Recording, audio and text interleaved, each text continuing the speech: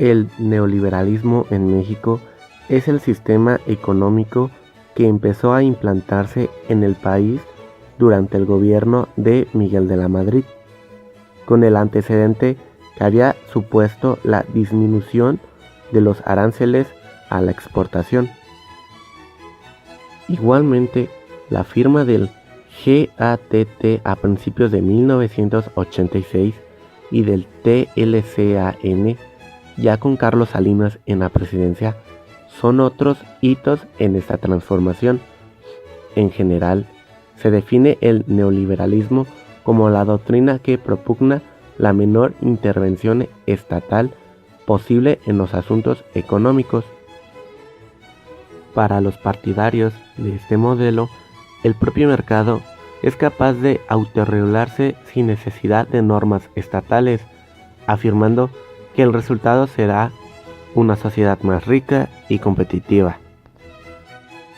El neoliberalismo se originó en la década de los 70 del siglo XX, después de la gran crisis económica del 29 y la posterior Guerra Mundial.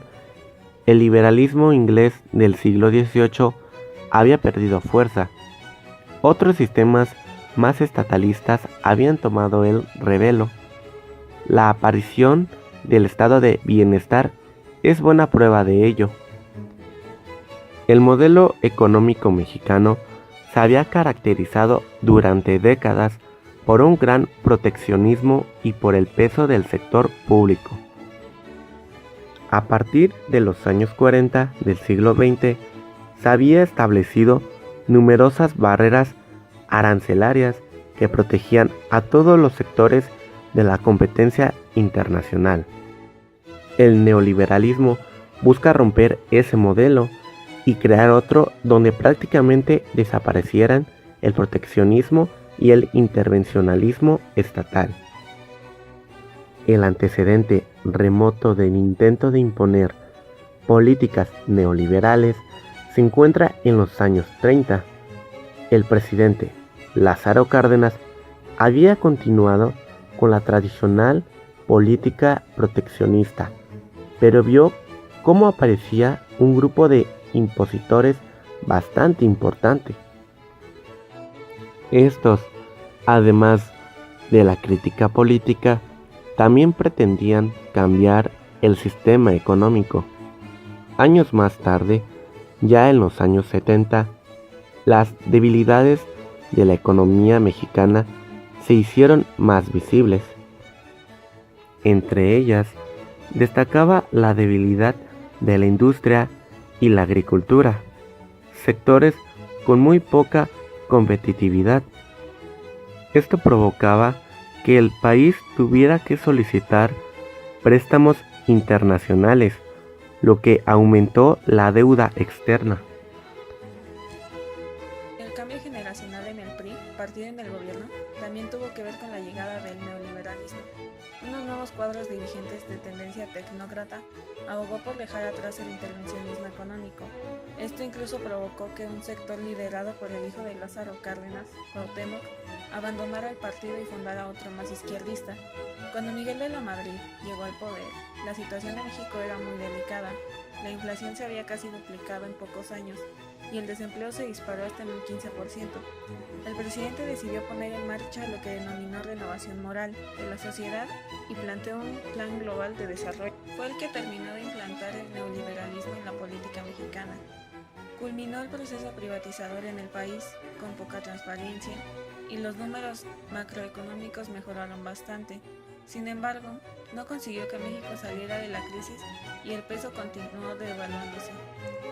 Uno de los aspectos que ha caracterizado la implantación del neoliberalismo en México, y que aún sigue haciéndolo, es su incorporación a varios tratados de comercio internacional.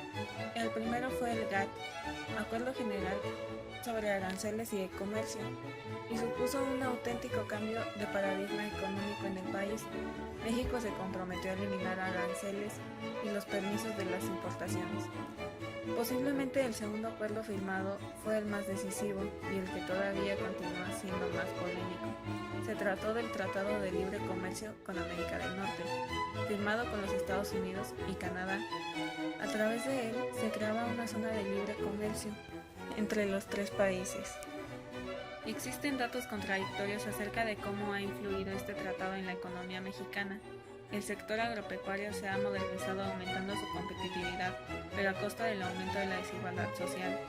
Otros sectores, como el automovilístico, se han visto beneficiados por el traslado de industria desde el vecino del norte, dada la diferencia de costes entre los dos países. Al día de hoy, la amenaza de Donald Trump de acabar con el acuerdo ha generado mucha inquietud en ciertos sectores mexicanos. Uno de los primeros pasos que se dan al pasar a un modelo neoliberal de mercado es la privatización de las empresas con participación pública. En el caso mexicano, los números demuestran este proceso.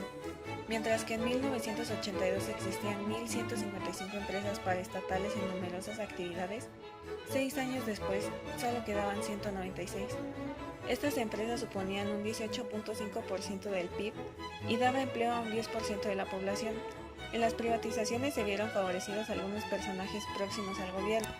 El neoliberalismo mexicano ha desembocado en una pérdida de nivel de vida para los más desfavorecidos y trabajadores en general. Las políticas sociales han visto cómo su presupuesto han descendido notoriamente. Se ha notado mucho en educación y sanidad.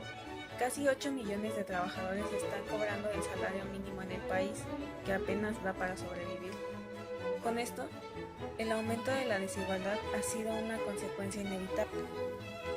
No existe una respuesta clara a esta pregunta, ya que cada economista contesta dependiendo de su ideología.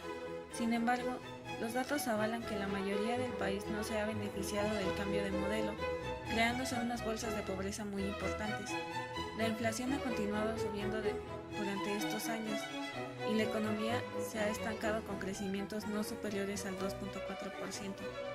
Como se comentaba anteriormente, la reducción de las partidas destinadas a los servicios sociales ha afectado a un gran número de personas. El aumento del desempleo ha agravado el problema. Una de las consecuencias ha sido la emigración hacia los Estados Unidos.